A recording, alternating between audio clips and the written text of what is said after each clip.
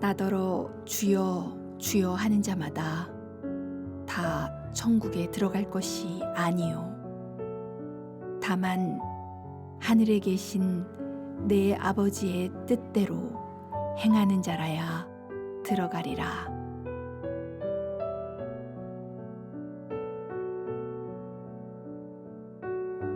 모래 위에 집을 지은 사람은 비바람이 불고 큰 물이 나면 무너져 내리고 맙니다. 반석 위에 주추를 깊이 파고 지은 집은 무너지지 않습니다. 자, 그렇다면 구체적으로 어떤 사람이 집을 반석 위에 지은 사람일까요?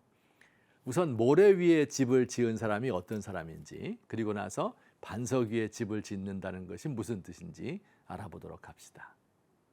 예수님께서 모래 위에 집을 지은 사람의 예를 두 가지로 들어주셨습니다. 첫째, 21절 말씀을 봅시다. 나더러 주여 주여 하는 자마다 다 천국에 들어갈 것이 아니요.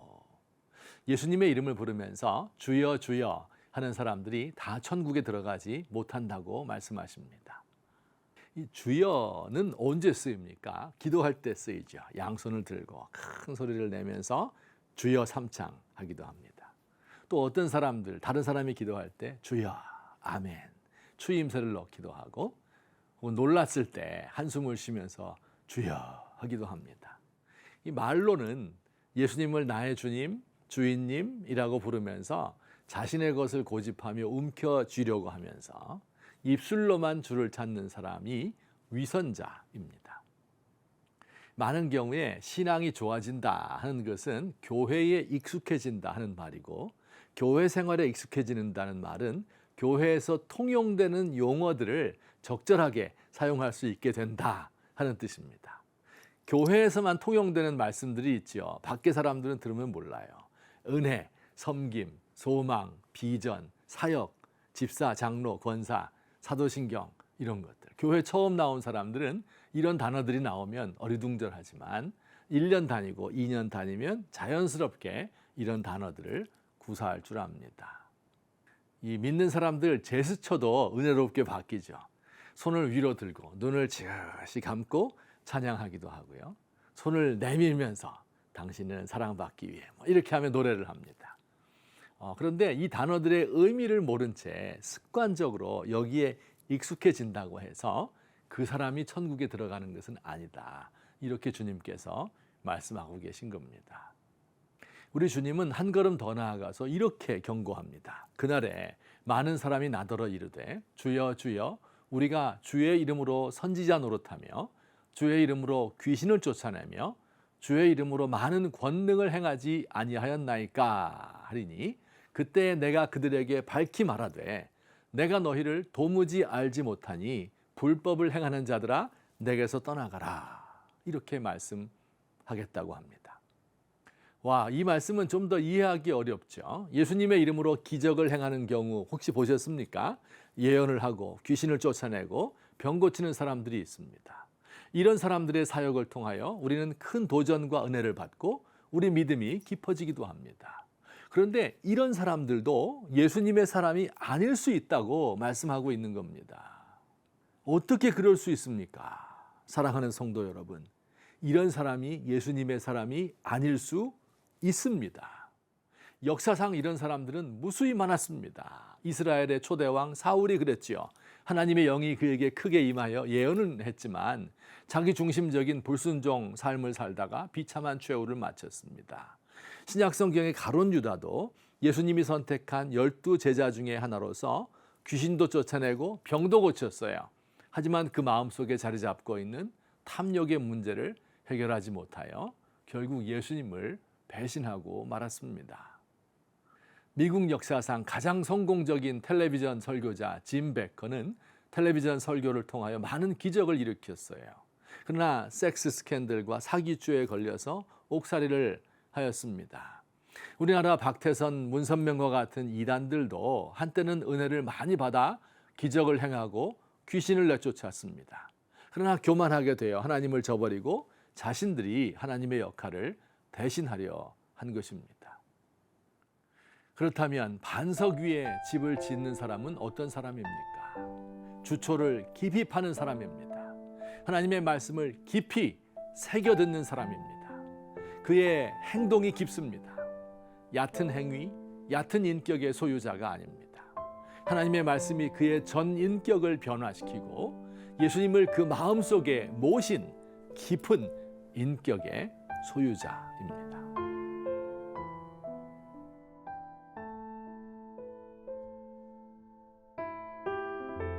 주님, 제가 지금까지 지어놓은 신앙의 집이 허물어지진 않을지 몰라 두렵습니다. 우리 한국교회도 지금껏 모래 위에 성을 쌓진 않았나 염려됩니다. 우리 주님의 말씀에 깊이 뿌리박은 행동하는 신앙인이 되기 원합니다. 앞으로 닥쳐오는 환난을 이길 힘을 주옵소서.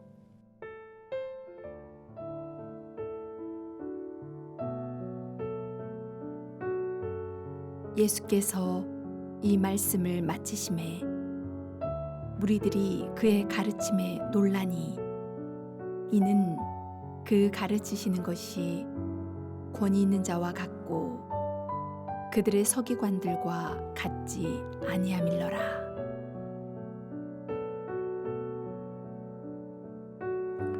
산상수훈 말씀을 들은 사람들이 예수님에 대해서 이렇게 평가했습니다. 예수님의 가르침에 놀라면서 그 이유를 이렇게 말하죠. 이는 그 가르치시는 것이 권위 있는 자와 같고 그들의 서기관들과 같지 아니하였다. 여기 권위가 있다 하는 이 말을 아마 현대인들은 별로 안 좋아할 수 있습니다. 아니, 권위주의를 탈피하여 민주주의 시대가 되었는데 권위를 찾고 있다니요. 그러나 여러분, 권위와 권위주의는 구분을 해야 합니다. 권위는 다른 사람을 따르게 하는 힘이고 사람들이 그를 인정해서 그에게 부여해 주는 것이죠. 예를 들어 권위 있는 학자라는 말은 그의 학문적 업적이 뛰어나서 다른 사람들이 그의 주장에 수긍한다는 의미입니다. 그러나 권위주의는 스스로 자신의 권세를 강화하기 위해서 애를 쓰고 자기 힘을 이용해서 다른 사람 위에 군림하려는 잘못된 행태입니다. 예수님이 가지셨던 것은 권위주의가 아니라 이 진정한 의미의 권위입니다. 권위가 우리의 삶에서 꼭 필요합니다. 학교에서도 교사의 권위, 교권이 살아있어야 합니다. 선생님으로부터 무엇인가를 배우려면 선생님을 존경하고 그의 권위에 순종해야 합니다. 사법부에 권위가 있어야 법 질서가 유지되지요. 대통령의 말에 권위가 없고 대통령의 이름이나 별명을 함부로 부르기 시작하면 국가의 기강이 무너집니다. 교회에서 목사님의 말씀에도 권위가 있어야 합니다. 성경에 사무엘의 말이 하나도 땅에 떨어지지 않았다고 했는데 목사님들의 설교가 땅에 떨어지는 무의미한 말이 아니라 이 말씀이 성도들의 마음에 들어가서 변화를 일으켜야 합니다. 가정에서 가장의 권위가 없으면 안 되죠. 아빠가 무슨 이야기를 하면 엄마가 콧방귀를 뀌면서 네 아빠 하는 일이 다 그렇지 뭐. 자녀들은 아빠가 우리를 위해 해준 게 뭐가 있는데 이래라 저래라 하는 거야. 이렇게 말한다면 그 집안은 필시 콩가루 집안입니다. 사랑하는 성도 여러분, 어떻게 하면 우리의 말에 권위가 설까요? 말을 많이 하면 될까요? 말 많이 하는 사람 치고 실속이 있는 사람이 없습니다. 말은 짧을수록 좋고 안 하면 중간은 갑니다. 그러면 말을 세게 고압적으로 반말로 하면 될까요? 그렇게 하면요, 앞에서는 예의하지만 뒤로 가서는 존중하지 않습니다. 최민수처럼 목소리를 깔고 말하면 될까요?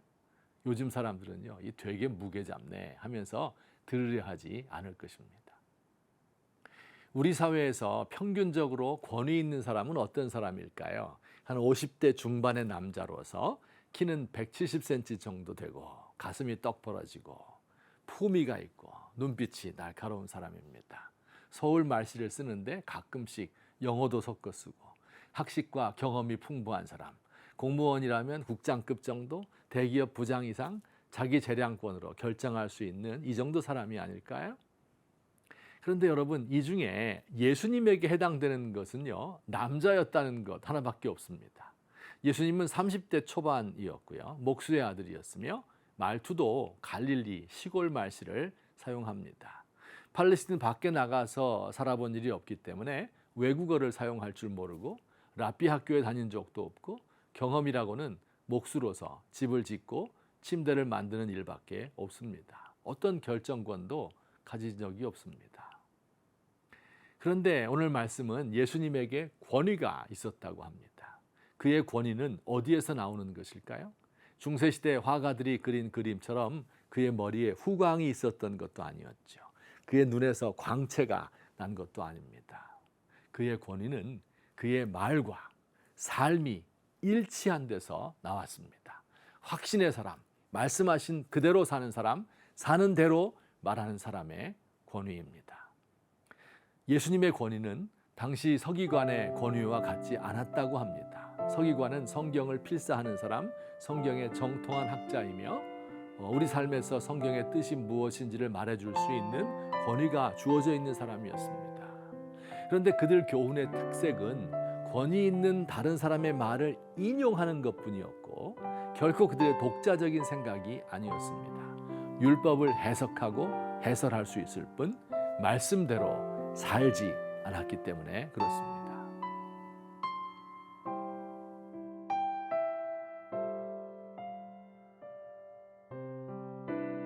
주님,